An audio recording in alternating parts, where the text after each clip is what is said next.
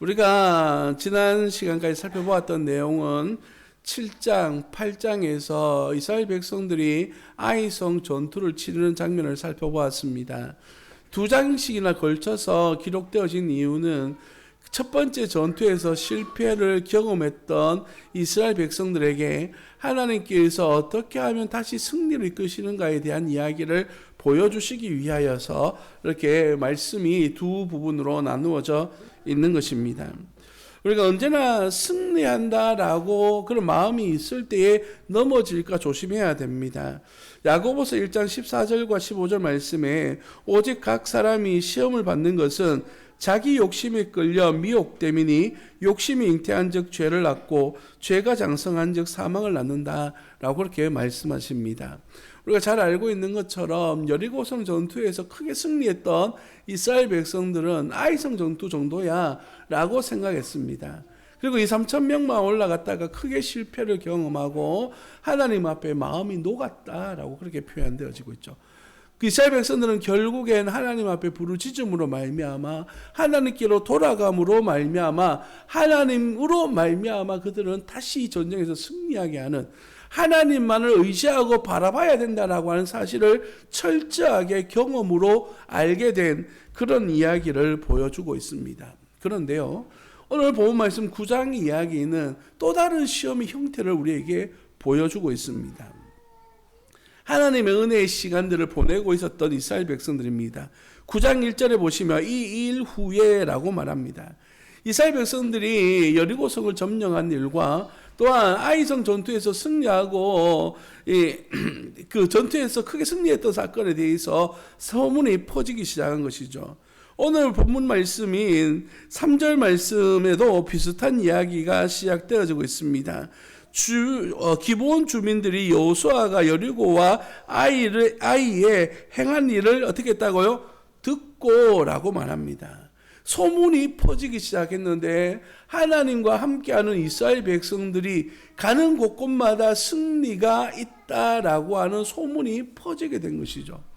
그런데 이 소문에 대하여 반응하는 내용들이 오늘 본 말씀에서 다르게 등장하기 시작합니다. 1절과 2절로 대변되어지는 가나안 7족속 가운데 6족속이 연합군을 형성하게 됩니다. 그리고 이스라엘과 싸워야 되겠다라고 하는 그러한 전쟁에 대한 마음을 가지고 있을 그때에 3절로부터 시작되어져 우리가 오늘 살펴보고자 하는 기브온 사람들은 히위 족속으로서 이 사람들도 가나안 7족속에 속해져 있는 사람들이었습니다.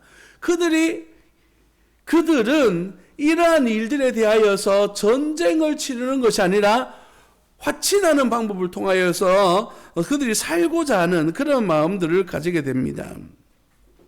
9절 말씀을 먼저 한번 보면서 오늘 말씀을 계속 이어가도록 하겠습니다.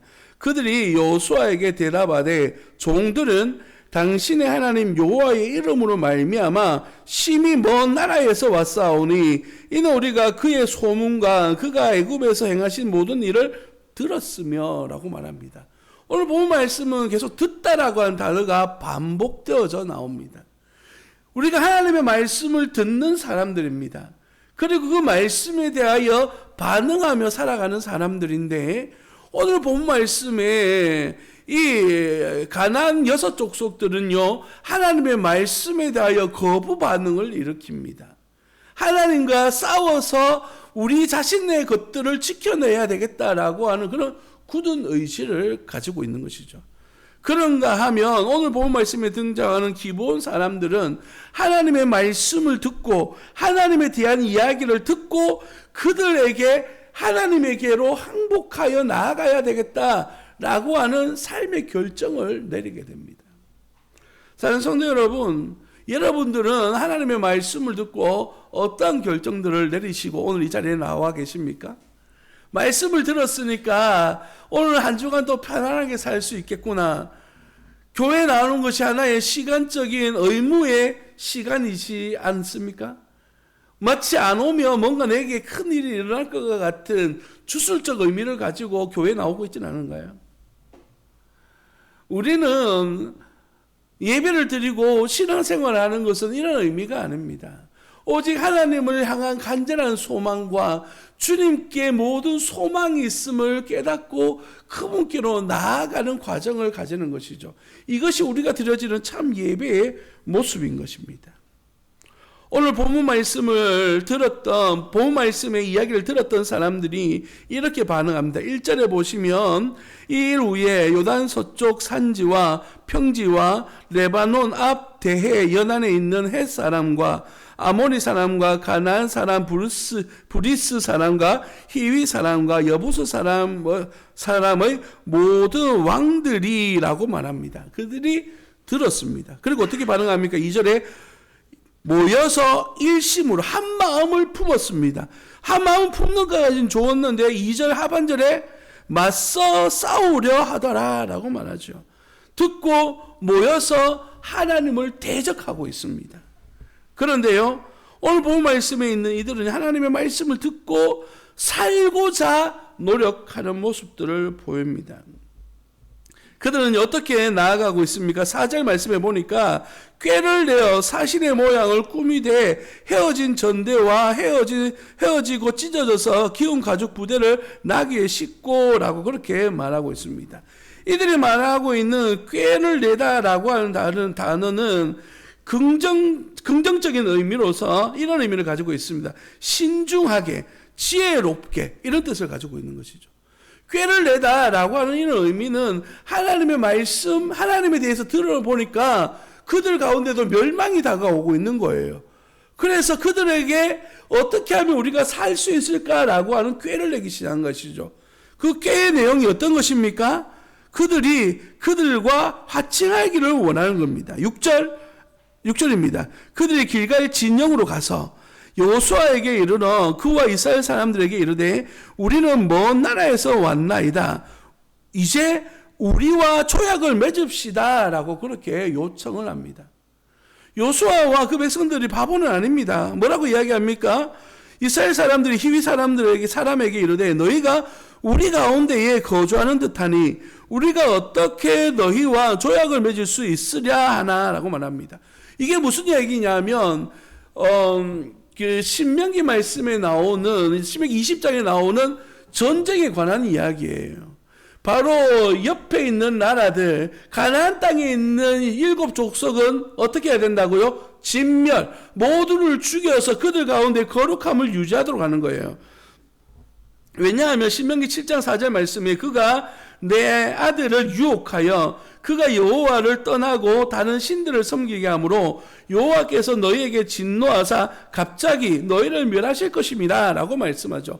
이스라엘 백성들의 하나님과의 관계의 회복과 보호하심을 위해서 악한 관계를 끊어내버리시는 거예요. 그래서 가나안 7 족속의 죄악된 모습들, 그들의 습관들을 없게 하기 위하여서 다 진멸해버리라고 말씀하십니다. 그들 가운데 히위 족속 중에 하나인 오늘 본 말씀에 나오는 기브온 사람들은 그런 이야기를 이미 어떻게 하고 있는 거죠? 알고 있는 거예요. 꾀를 내었다라고 하는 말씀은 바로 우리가 살기 위해서 이스라엘 백성들을 연구했고 이스라엘 백성들이 섬기고 있는 하나님에 대해서 알기를 원했고 그 말씀이 어떤 의미를 가지고 있는지를 알았어요. 그래서 그들이 화친합시다라고 말할 때 우리는 가까이 있는 민족이 아니라 저 멀리 있는 사람들입니다. 신명기 20장에는 전쟁을 할 때 주변에 있는 사람이 아니고 멀리 있는 사람들과는 화친하도록 요구하고 있습니다. 먼저 그들과 싸울 의사가 있는지를 물어보고 싸울 의지가 없으면 그들을 종으로 삼는 것들을 요구했습니다. 기브온 사람들은 정말 많이 준비했습니다. 8절에 보시면 그들이 여호수아에게 이르되 우리는 당신의 종들이니이다 라고 말해요. 약속의 말씀처럼 우리가 당신의 종들이 되어져서 당신들을 섬기겠습니다. 그러니 화친해 주십시오 라고 말합니다. 사랑하는 성도 여러분, 이들이 지금 하고 있는 이 행위들은 속이기 위한 이야기들이지만 그들 속에는 무엇이 숨겨져 있습니까? 하나님의 말씀에 대한 간절함이 숨겨져 있고 살고자 하는 하나님께로 돌아가야지만 살 수 있다라고 하는 소망이 담겨져 있는 말씀이에요. 어디서 들어본 것 같지 않습니까? 이스라엘 백성들이 가나안 땅을 점탐할 때에 여리고 성에 살고 있었던 라합이 그 가정을 구원하기 위해서 했던 행동과 너무나 닮아져 있습니다. 하나님의 말씀에 대해서 알았고 그 일들이 기회로 다가왔을 때 붙들려고 노력했던 그 모습이 결국에는 이 여인으로 하여금 라합으로 하여금 살 수 있는 기회가 제공되어졌던 것처럼 오늘 이 기본 사람들 또한 하나님에 대한 지식과 믿음이 저들로 하여금 살게끔 하는 원동력이 되어져서 지금 살펴보고 이야기하고 있는 것입니다. 사랑하는 성도 여러분, 성경에는 속이는 이야기들이 참 많이 등장합니다. 그 중에 하나는 아담이 하나님 앞에서 선악과를 따먹고 하나님이 너희들 무슨 일이냐 했을 때 모릅니다 라고 했던 것도 있습니다. 야곱은요, 형 에서의 뒤꿈치를 잡고 나왔습니다. 아간이라고 하는 사람은 도둑질하고 숨겨두기도 했고요. 신약 성경에는 아나니아와 삽비라는 자기의 재물을 팔아서 하나님을 바칠 때 일부를 숨긴 일 때문에 죽임을 당했습니다. 제가 지금 예로 드렸던 내용들은 다 다른 의미를 가지고 있는 것이죠. 여기서 뭐 다른 차이가 뭡니까? 출발점, 의도가 어떠했냐를 알 수가 있습니다. 하나님 앞에 범죄했던 아담은, 하나님 앞에 범죄했던 아간은, 하나님 앞에 범죄했던 아나니아와 삽비라는 하나님을 속일 수 있다라고 생각했습니다. 그러나 야곱이라든지 라합이라든지 이 사람들은 하나님의 말씀대로 자기가 하나님을 선택하는 과정 속에서의 어떠한 이 속임, 표현상 죄송합니다. 속임이라고 하는 일들을 하고 있는 것이죠. 그 속에 숨겨진 것은 뭐라고요? 믿음이라고 하는 것입니다. 살고자 하는 믿음. 하나님만이 우리에게 소망이 된다라고 하는 그런 믿음. 그거 하나만으로 그들은 지금 살고자 하는 열정을 가지고 여호수아에게 달려가고 있는 것입니다. 그러면서 우리는 당신의 종들입니다 라고 그렇게 이야기하죠. 11절 말씀에도 비슷한 이야기가 등장합니다. 그러므로 우리 장로들과 우리나라의 모든 민족이 우리에게 말하여 이르되 너희는 여행할 양식을 손에 가지고 가서 그들을 만나서 그들에게 이르기를 우리는 당신들의 종들이니 이제 우리와 조약을 맺읍시다 하라 하였나이다 라고 말합니다. 조약 맺는 것은 우리 한 사람 한 사람의 의지가 아니라 우리 족속 전체의 의지입니다 라고 하는 것을 지금 드러내고 있습니다. 성도 여러분, 이 말씀을 준비하면서 한 단어가 자꾸 떠올랐습니다. 무슨 단어냐면 악마는 디테일에 있다. 혹시 들어보셨습니까? 예, 영어 속담 중에 하나인데요. 원래 이 표현은 신은 디테일에 있다라고 하는 말인데 독일의 어떤 건축사가 이 말을 이렇게 바꾸어서 많이 이야기했답니다. 그래서 그가 죽고 난 다음에 이 사람에 대한 기사를 썼던 신문 기자가 그 제목처럼 악마는 디테일에 있다. 그죠? 이렇게 썼던 것이 속담처럼 발전하게 된 이야기가 이 이야기입니다. 무슨 얘기를 하고 싶냐면 정말 중요한 것은 어디에 숨겨져 있다고요? 디테일 속에 숨겨져 있다는 것이에요. 우리가 섣불리 판단하고 행동하게 됐을 때 실수하는 경우들이 많다는 것이죠. 그래서 이 일들을 뭔가를 중요한 일들을 하기 위해서는 꼼꼼하게 살펴보고 꼼꼼하게 조사하고 꼼꼼하게 일들을 진행해야 된다는 것을 이야기합니다. 오늘 본문 말씀에 등장하는 이 기본 사람들이 이와 같은 모습들을 보여주는 것이죠.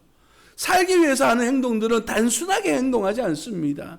철저하게 준비하고 철저하게 일들을 위하여서 디테일하게 일들을 이루어가고 있는 모습들을 보여주는 것이죠. 이스라엘 백성들이 처음에는 거절했음에도 불구하고 이것이 살 길이다라고 하는 소망 가지고 끝까지 미어 달리는 모습들을 보게 돼요.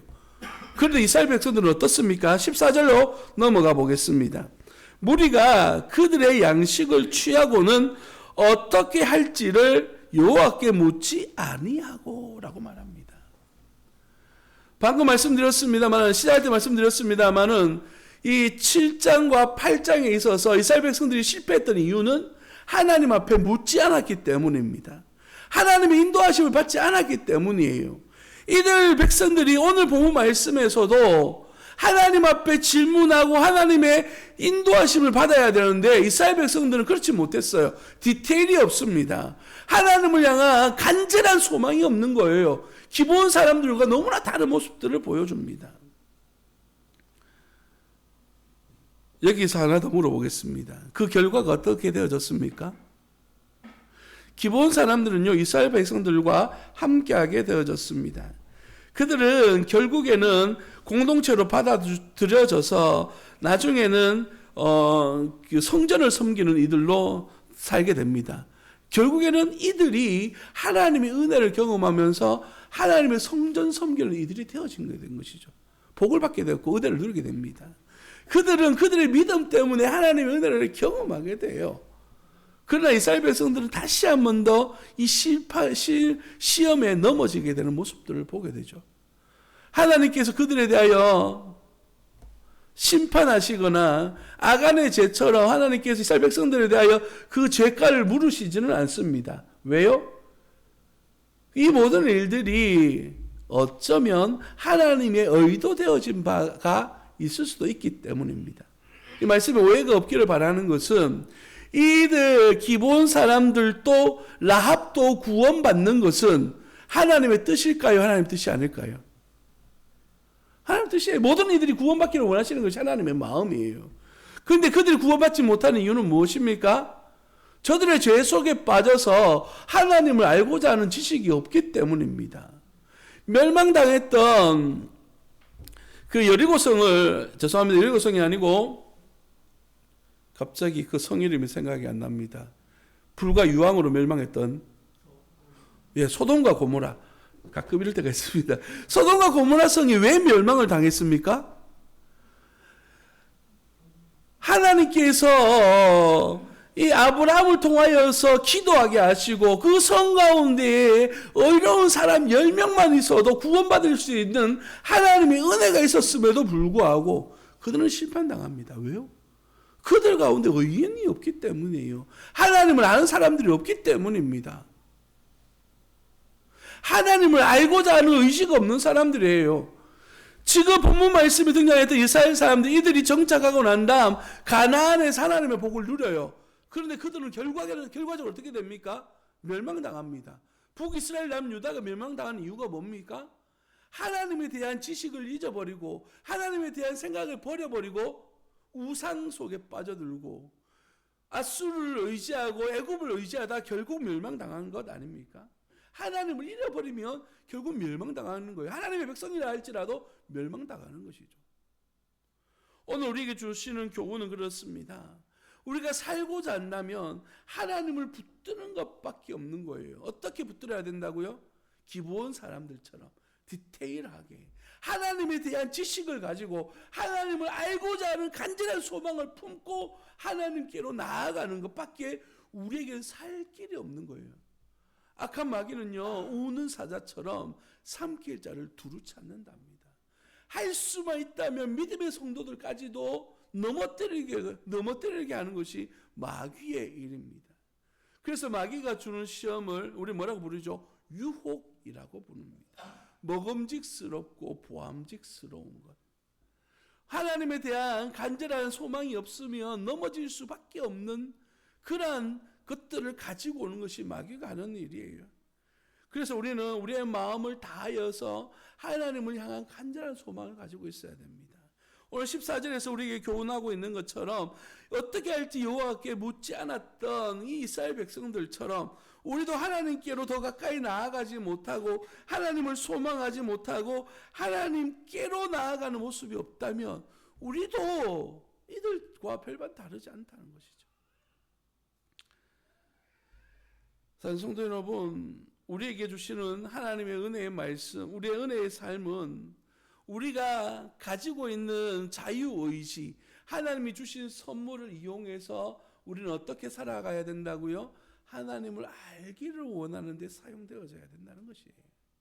우리에게 주어진 결정권, 우리에게 주어진 선물을 이용해서 세상 밖으로 나아가고 세상을 알고자 하는 그런 탕자 같은 삶을 살아가는 것이 아니라, 그럼에도 불구하고 기본 사람들처럼 처음 출발점은 달라도 하나님을 향한 간절한 소망으로 주께로 나아갈 수 있는 은혜가 있기를 예수님 이름으로 축복합니다. 똑같이 하나님에 대한 소문을 들었습니다. 그러나 가란 6족속은 모여서 일심으로 여호와와 이스라엘에 맞서 싸우려고 했던 그러한 모습이 우리 안에 사라지고 오직 주님을 향한 간절한 소망으로 더 가까이 나아가는 믿음의 자녀들이 되시기를 예수님 이름으로 축복합니다. 잠언 20장 24절로부터 27절의 말씀을 이렇게 이야기합니다. 사람의 걸음은 여호와로 말미암나니 사람이 어찌 자기의 길을 알 수 있으랴. 함부로 이 물건을 거룩하다 하여 서원하고 그 위에 살피면 그것이 그 사람에게 덧없이 되느니라.